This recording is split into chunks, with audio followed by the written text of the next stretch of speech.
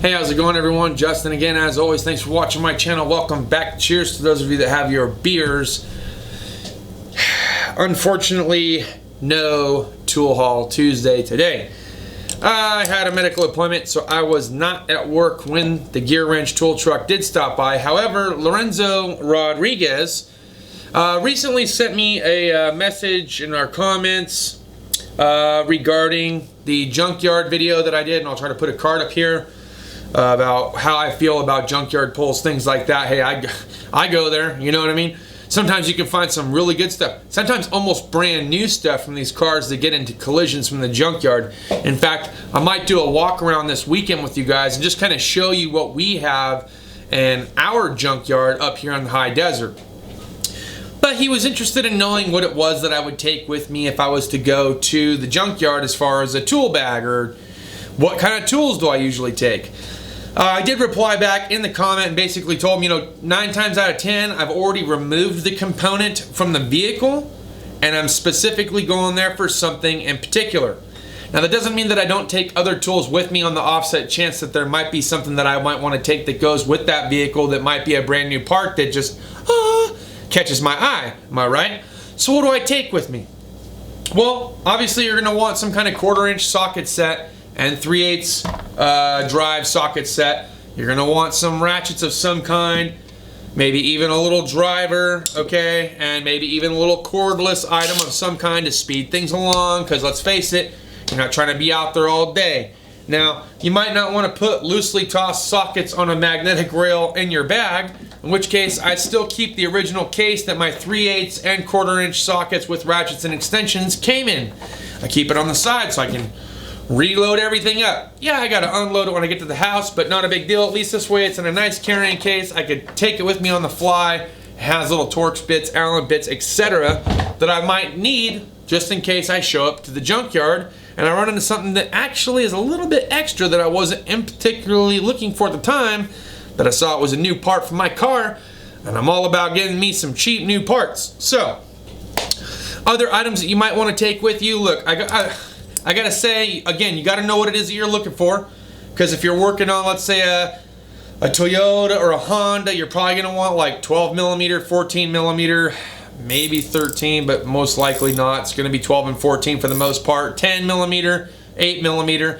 If you're working on domestic, European, you're gonna want some 13s, some 15s. You might even want some e-Torx or some Torx drives, depending on what it is that you're getting ready to take off. But I find having a nice cheap flex head ratchet wrench set helps speed things along, especially in tight areas. Pliers, you're gonna want like a small assortment of pliers and cutters. So I got these little tiny dikes that I use for welding here, but I also use them for cutting wire looms, little tiny individual wires and whatever for wire looms. If I'm trying to get an entire loom or half the loom, I'll take a bigger cutters like these, cut that baby in half, take off the section that I need, and then I'll rewire everything here at the house if I run into an issue where I need that. I might take me some channel locks or some tongue and groove pliers just to kind of help aid in the recovery process of trying to recover cheap parts. I might even take a crescent wrench. Some slip joint pliers are going to serve you well, whether they're short or long. Pick your flavor. Pocket screwdrivers, always an essential item, so make sure you got it. And you know what, for those of us that are military, you might want some kind of Gerber, because Gerber just has it all, man. A needle nose, it's got knives. You're gonna want knives to cut certain things off, maybe hoses, whatever, make it quick for you. Then find you a nice little suitable bag and toss it all in.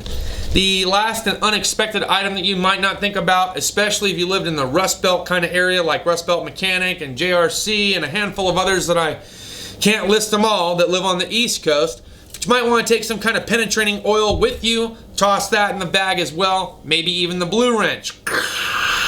Heat things up, bust things loose. That's when you know already what you're getting ready to go after, and you might want breaker bars and bigger ratchets and maybe even bigger impact guns. But for the small stuff, I think all these tools that I pretty much listed off will kind of get you around some of those kind of things. Again, it depends on what it is that you're going for. If you're going for a clock spring or something like that, you might want to take a steering wheel puller. If you're going for a shifting column, you're going to want to take some trim tools maybe.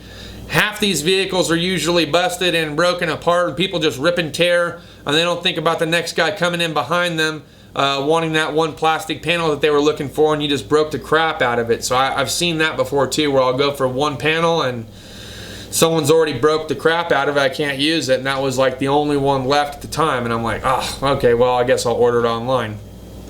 These are the things that you're going to run into, but sometimes you come across some new parts on these damaged vehicles that are just sitting there.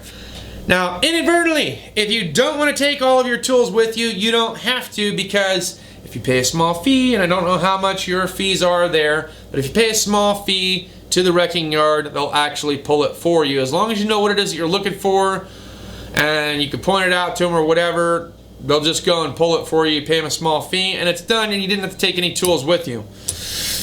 Other times, if you're looking at something specific like a transmission or transaxle or engine, most of the good ones, they've already pulled.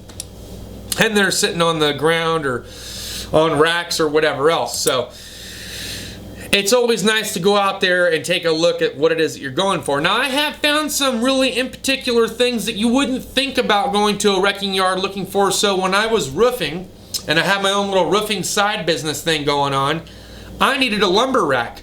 Only I didn't have $300 to $400 for a nice lumber rack to go on my truck. And the truck was worth probably just as much as the lumber rack, brand new. But I went to the wrecking yard and I found two, and I finally found the one out of the two that fit my truck, and I was able to get it for like 75 bucks. So they hooked it up. I couldn't be happier. B&B, you rock. I don't care what the rest of the desert says about you. I love your wrecking yard. That's all I got for this video, guys. But hey, look, what do you take with you when you go to the junkyard? Do you have a little bag? Do you take a little tow and go with you? Let me know what you guys think. Put it down in the comments. What do you take with you? What do you recommend? Do you pretty much just take it apart first, keep it light, keep it tight, put it in a little bag, and then walk around so you can grab what you got to grab and go? Or do you pack for everything and then just haul on in there like you're your own mobile mechanic?